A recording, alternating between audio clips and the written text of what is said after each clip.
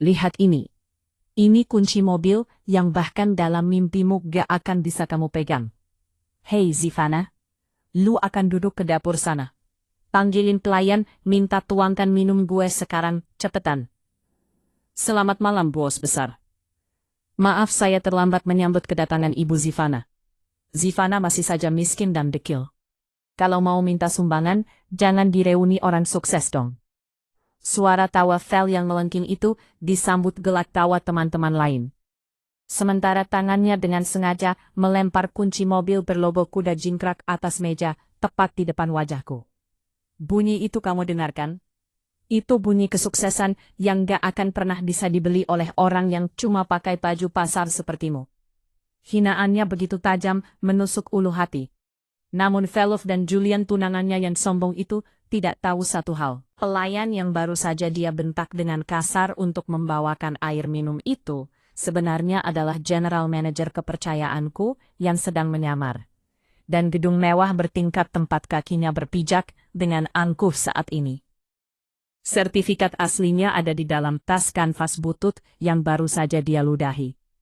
Halo Sobat Diastor, semoga kalian semua selalu sehat, bahagia, dan dilancarkan rezekinya ya. Yuk, absen dulu di kolom komentar. Dari kota mana kalian menyimak cerita seru yang penuh plot twist ini? Udara malam kota Jakarta terasa lembab bercampur dengan aroma aspal basah, sisa hujan sore tadi. Namun begitu pintu kaca otomatis Tegeran dia terbuka, semua aroma jalanan itu lenyap seketika. Digantikan oleh wangi ambian lavender dan white tea yang menenangkan. Ini adalah wangi uang, wangi kemewahan. Kakiku melangkah pelan di atas lantai marmer Italia yang dingin. Pantulan bayanganku terlihat samar di sana. Malam ini aku Zivana menanggalkan blazer Chanel dan jam tangan Rolex yang biasa melekat di tubuhku. Tidak ada tas Hermes Birkin di lengan. Tidak ada sepatu hak tinggi Louboutin yang berbunyi tak tik-tuk nyaring. Sebagai gantinya, aku hanya mengenakan tunik sederhana berwarna sage green berbahan katun biasa. Dipadukan dengan hijab pasmin polos yang kulilit asal namun tetap rapi. Di bahuku menggantung sebuah totep kanvas berwarna krem yang warnanya sudah sedikit memudar karena sering dicuci. Seorang resepsionis wanita dengan seragam merah marun yang elegan melihat kedatanganku. Matanya membelalak sedikit saat mengenali wajahku. Mulutnya sudah terbuka separuh hendak menyapa. Selamat malam Buzi. Namun dengan cepat aku menempelkan jari telunjuk di bibir, memberi kode keras agar dia diam. Wanita cerdas itu mengangguk mengerti. Mengubah sapaannya menjadi senyuman sopan, dan sedikit anggukan kepala samar. Membiarkanku berjalan melewati lobi utama, tanpa protokol penyambutan VIP yang biasanya riuh. Malam ini aku punya misi pribadi. Undangan reuni SMA di grup WhatsApp seminggu lalu, telah membuka kembali luka lama yang kukira sudah sembuh. Luka yang ditorehkan oleh mereka yang merasa dirinya raja dan ratu sekolah. Aku ingin tahu, apakah 10 tahun cukup untuk mengubah hati manusia, atau apakah kesombongan itu adalah penyakit kronis yang tak ada obatnya. Dari kejauhan di area private dining yang semi terbuka, aku sudah bisa mendengar suara itu. Suara tawa yang dominan, melengking, dan penuh percaya diri. Itu suara Velov. Aku menghentikan langkah sejenak di balik pilar besar berlapis kayu jati.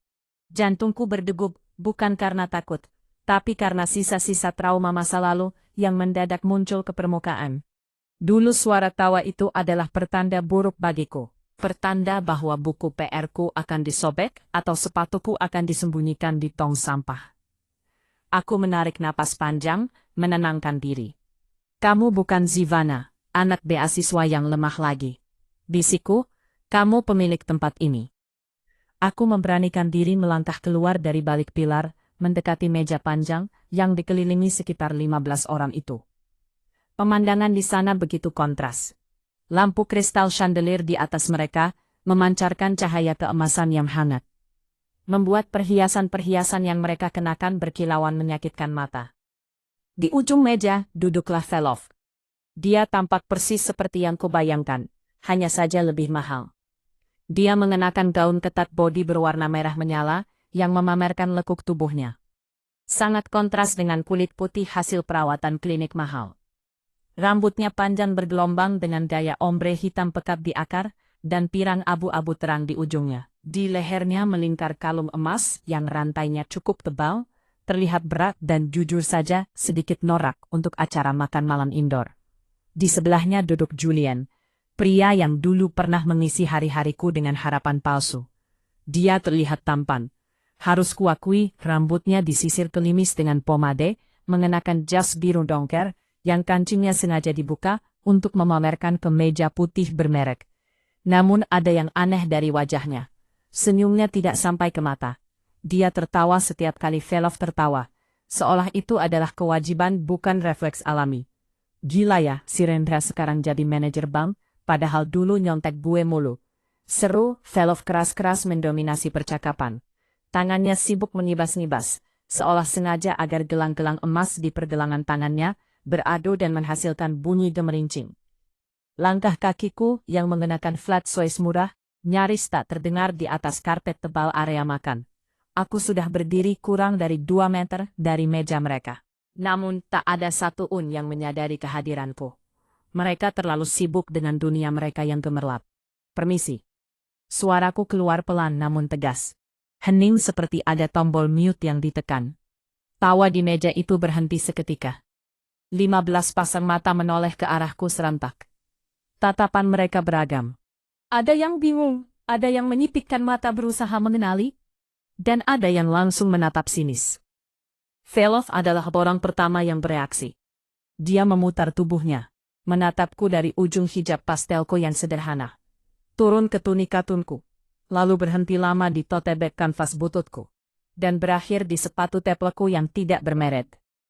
Sudut bibir merah menyalanya terangkat, membentuk senyuman miring yang sangat kuenal. Senyuman predator yang menemukan mangsa lamanya yang terluka. Ya ampun, kata Velov. Suaranya dibuat-buat dramatis. Dia menoleh ke arah Julian dan teman-teman lain sambil tertawa kecil. Gue kira pelayan baru mau nawarin menu promo. Dadaku sesak. Tapi aku menahannya. Aku tersenyum tipis. Halo Velov. Halo semuanya. Aku Zivana. Aku dapat undangan di grup Zivana. Velov mengulangi namaku, seolah itu adalah nama penyakit menular. Dia berdiri perlahan memegang gelas wine-nya dengan gaya yang ia anggap anggun. Oh, Zivana si anak beasiswa, yang dulu suka memutin botol bekas di kantin. Wah. Gue kira lo nggak bakal berani datang ke tempat sekelas The Grandia ini. Lo tahu kan di sini air putih aja bayar. Beberapa teman tertawa cekikan, sementara yang lain menunduk canggung. Julian, pria yang dulu pernah menulis surat cinta untukku, kini membuang muka, berpura-pura sibuk dengan serbet di pangkuannya. Aku cuma ingin menyambung silaturahmi, jawabku tenang. Silaturahmi? Potong Velov cepat. Matanya menyala jenakan, namun kejam. Atau mau nyari sumbangan? Lihat dong penampilan lo. Ini restoran bintang 5 Zivana, bukan dapur umum. Baju lo itu beli di pasar malam mana? Bau apeknya sampai kecium ke sini, tahu nggak? Dia mengibaskan tangan di depan hidungnya, membuat teman-teman di dekatnya ikut-ikutan menutup hidung. Meski aku tahu pasti bajuku wangi laundry yang bersih, aku masih berdiri tegak. Boleh aku duduk? Tanyaku mengabaikan hinaannya. Velov tertawa lepas, lalu menunjuk arah kursi kosong di ujung meja, dekat pintu akses dapur yang sibuk. Boleh banget tuh duduk di sana, dekat pintu dapur. Siapa tahu nanti lo dikira cleaning service, dan disuruh ngepel lantai, kan lumayan dapat duit tambahan. Tawa meledak lagi. Kali ini lebih keras. Aku menarik kursi itu. Kursi paling tidak nyaman di ruangan ini. Tempat di mana hiruk-pikuk pelayan keluar masuk akan terdengar jelas. Saat aku hendak meletakkan tasku di kursi sebelah yang kosong, tangan Velov tiba-tiba menahan tasku dengan ujung garpunya. Eits, jangan taruh tas butut lo di kursi itu, bentaknya. Matanya melotot garang. Kursi itu buat tas Dior gue. Kalau kesenggol tas kain lepo itu, nanti tas gue ketularan miskin. Aku menarik tanganku kembali secepat kilat, sebelum garpu perak yang dipegang Velov benar-benar menyentuh kain tas kesayanganku. Dengan gehakan pelan yang disengaja, aku meletakkan tote bag itu di pangkuan, mendekapnya erat, seolah sedang melindungi satu-satunya harta berharga yang kupunya. Nah, gitu dong. Sadar diri, cibir Velov puas. Ia kemudian meletakkan tas tangannya yang berkilau, sebuah tas dengan logo CD besar yang menggantung mencolok. Di kursi kosong itu, dengan kehati-hatian, layaknya meletakkan bayi yang sedang tidur. Tas ini lebih berharga daripada nyawa lo, Zivana. Kalau lecet sedikit, lo kerja seumur hidup pun enggak bakal sanggup ganti ruginya. Aku hanya tersenyum tipis, menelan ludah yang terasa pahit. Hawa dingin dari pendingin ruangan terasa menusuk kulitku yang hanya berbalut katun tipis. Atau mungkin itu adalah hawa dingin dari tatapan merendahkan mereka. Aku duduk di kursi paling ujung, posisinya sangat tidak strategis, tepat di jalur lalu lalang pelayan yang membawa nampan kotor ke dapur. Aroma sisa makanan dan denting piring beradu menjadi musik latar belakangku malam ini. Mataku beralih pada sosok di samping Velov Julin. Pria itu tampak gelisah. Ia membetulkan letak kerah kemejanya berulang kali. Sebuah gestur gugup yang masih kuingat jelas dari masa lalu. Aku mencoba menyapanya. Memberanikan diri mengulurkan tangan sedikit di atas meja. Hai Julian, apa kabar? Lama tidak. Belum sempat kalimatku selesai. Julian menyentakkan tangannya menjauh dari jangkauanku. Seolah aku adalah bara api yang siap membakarnya. Ia buru-buru mengambil tisu basah di atas meja. Mengelap ujung jari-jarinya yang bahkan belum bersentuhan dengan kulitku. Lalu membuang tisu itu ke piring kosong di depannya. Iya baik.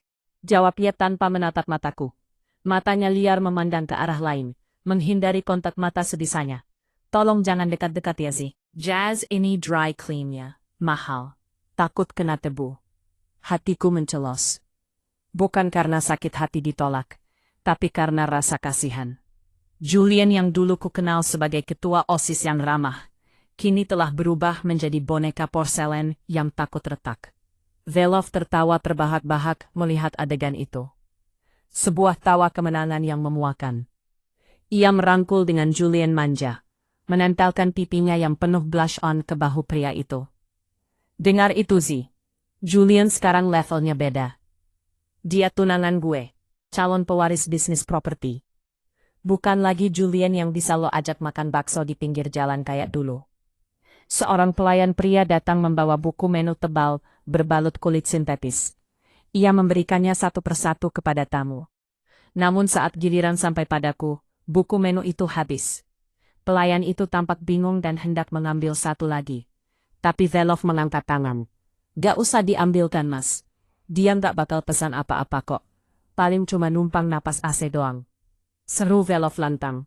Pelayan itu menatapku ragu. Maaf, ibu mau pesan apa? Aku menatap Velov lurus tepat di manik matanya. Lalu beralih ke pelayan itu. Dengan senyum santun. Air mineral saja mas. Yang room temperatur.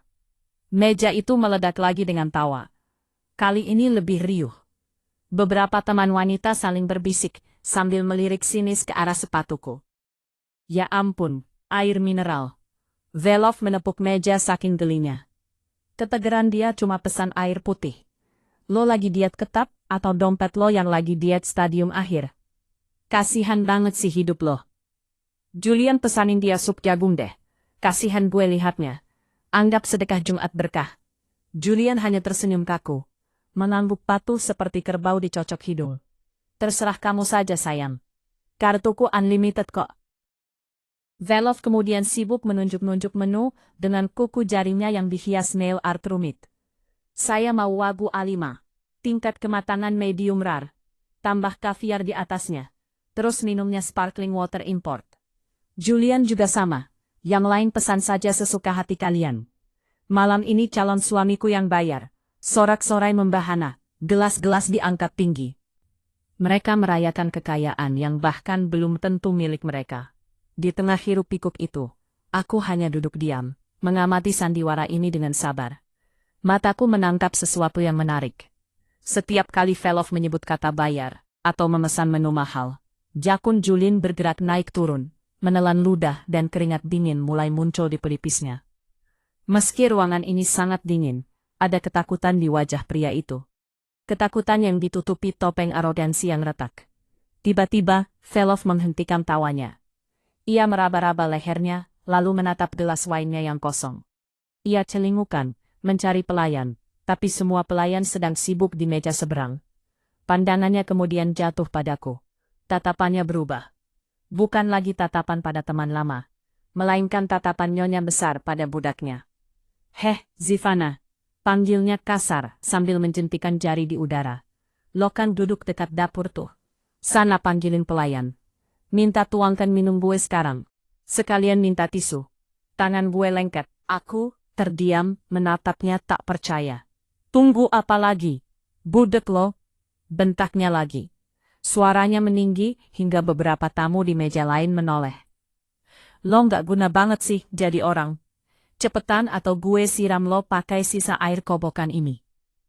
Napas pendek-pendek terdengar dari hidung Velov yang kembang kempis. Menunggu reaksiku. Namun aku tidak beranjak 1 milimeter pun dari kursiku. Alih-alih berlari ketakutan memanggil pelayan seperti titahnya, aku justru menyandarkan punggungku santai ke sandaran kursi. Menatapnya dengan ketenangan yang membuat wajah cantiknya perlahan memerah karena amarah. "Aku tamu di sini, Velov. Sama sepertimu.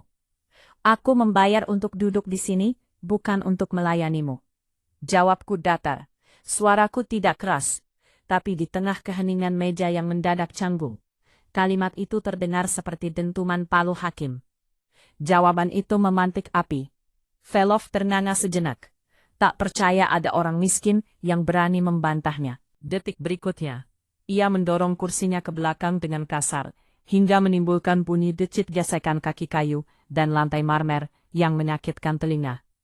Ia berdiri menjulang di atasku, dengan aura intimidasi yang meluap-luap. "Tamu? Lo bilang lo tamu." Suaranya meninggi, bergetar menahan emosi. Tangan kanannya merogoh tas Diornya dengan kasar, lalu mengeluarkan sebuah benda berkilau. Prah!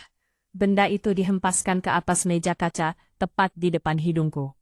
Suara benturan logam berat dengan kaca tebal, membuat beberapa gelas kristal di dekatnya bergetar dan berdenting ngeri. Itu sebuah kunci mobil. Bukan kunci biasa, tapi kunci mobil sport berwarna merah dengan logo kuda jingkrak yang ikonik. "Lihat ini, Zivana. Buka mata lo lebar-lebar," teriak Velov. Jari telunjuknya yang runcing menunjuk-nunjuk kunci itu. "Tamu di restoran ini datang bawa mobil beginian. Bukan jalan kaki sampai keringatan kayak lo. Ini kunci mobil yang bahkan dalam mimpimu yang paling liar pun gak akan bisa kamu pegang." Julian yang duduk di sebelahnya tersenyum bangga melihat aksi tunanannya. Ia membusungkan dada, membetulkan letak jam tangan Patek Philippe berukuran besar di pergelangan tangannya. Memastikan semua orang melihat kilau berlian di sekeliling bezelnya. "Sudahlah Yang," kata Julian dengan nada dibuat-buat bijak. Meski matanya menatapku merendahkan, orang seperti dia mana paham bedanya kunci mobil Itali sama kunci gembok pos-kosan.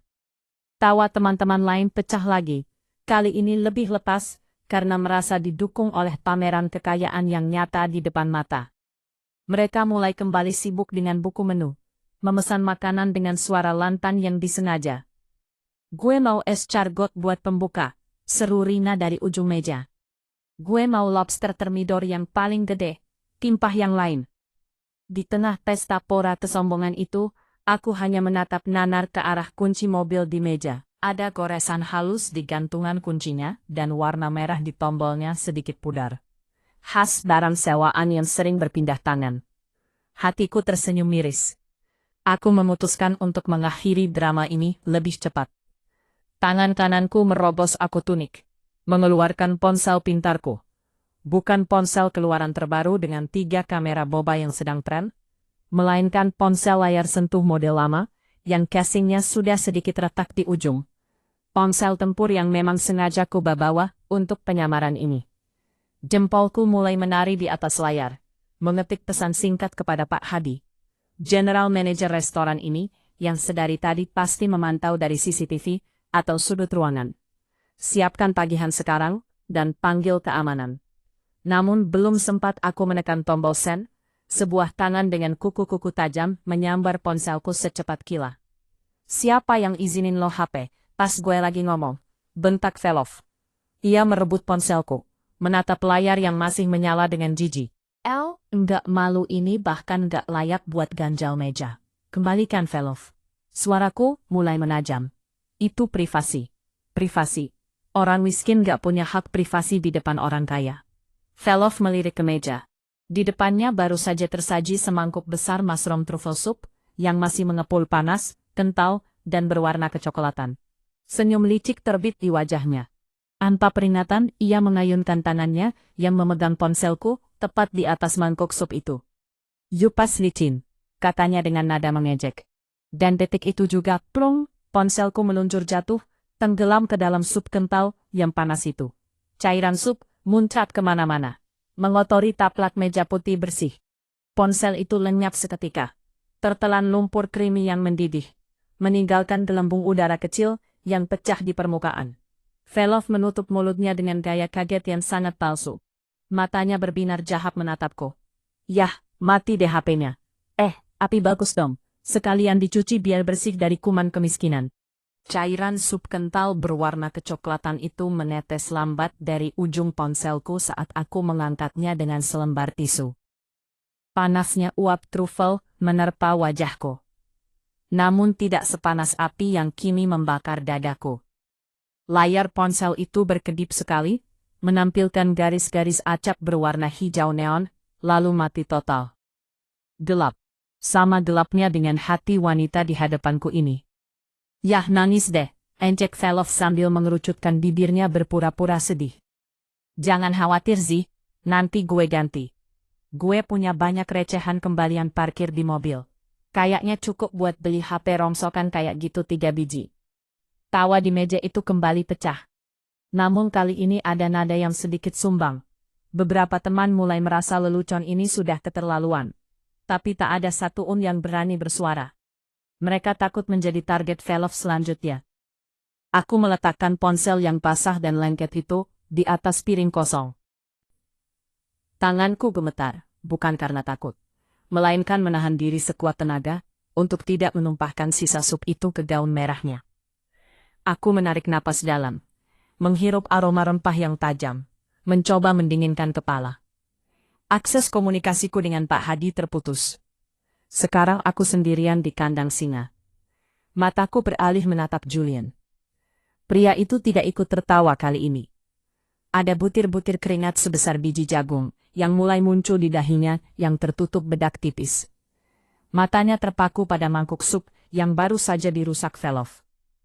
Aku bisa melihat jakunnya bergerak naik turun dengan cepat, saat seorang pelayan senior mendekat untuk membersihkan kekacauan itu. "Maaf ibu bapak," ucap pelayan itu. Sopan namun tegas sambil mencatat sesuatu di tabletnya. "Karena sup ikan dan dirusak, kami tetap harus memasukkannya ke dalam tagihan. 1 porsi Royal Truffle Soup seharga Rp1.500.000. "Apa?" Julian tersentak kaget. Suaranya melengking tinggi hingga hampir pecah. 1 mangkuk air keruh begini, Rp1.500.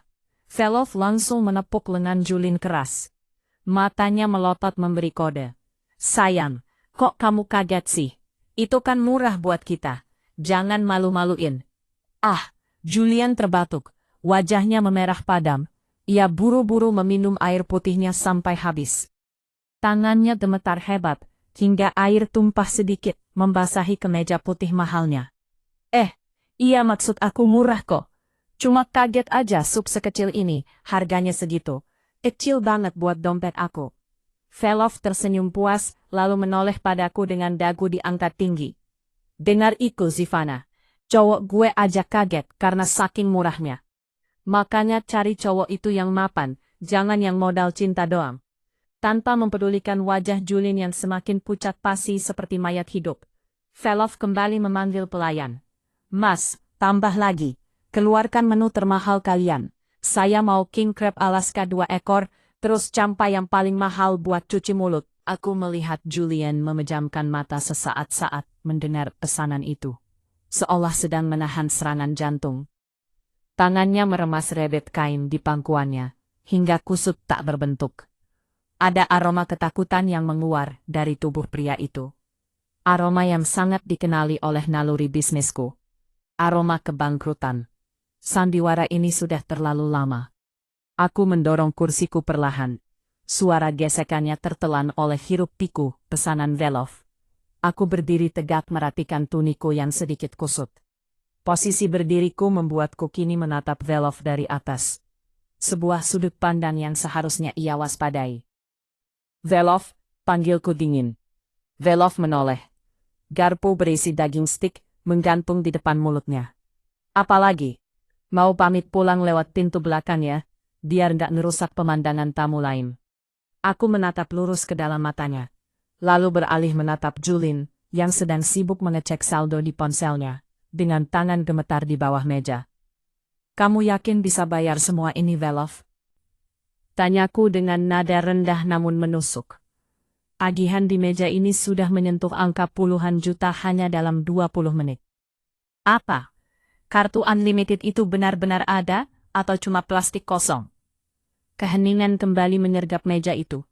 Sendok garpu berhenti berdenting. Wajah Julian berubah dari pucat menjadi abu-abu. Ia menatapku dengan sorot mata memohon. Seolah meminta agar aku tidak meneruskan kalimatku. Tapi Velov tidak peka. Harga dirinya terusik hebat. Ia membanting garpunya ke piring dengan denting keras yang menyakitkan telinga. Ia berdiri menyentak. Wajahnya merah pada menahan murka. Kurang ajar, desis Velov. Ia meludah ke lantai tepat di dekat sepatuku. Lo ngeremehin kekayaan calon suami gue. Lo pikir semua orang semiskin lo. Ia maju selangkah menunjuk wajahku dengan telunjuknya yang tajam.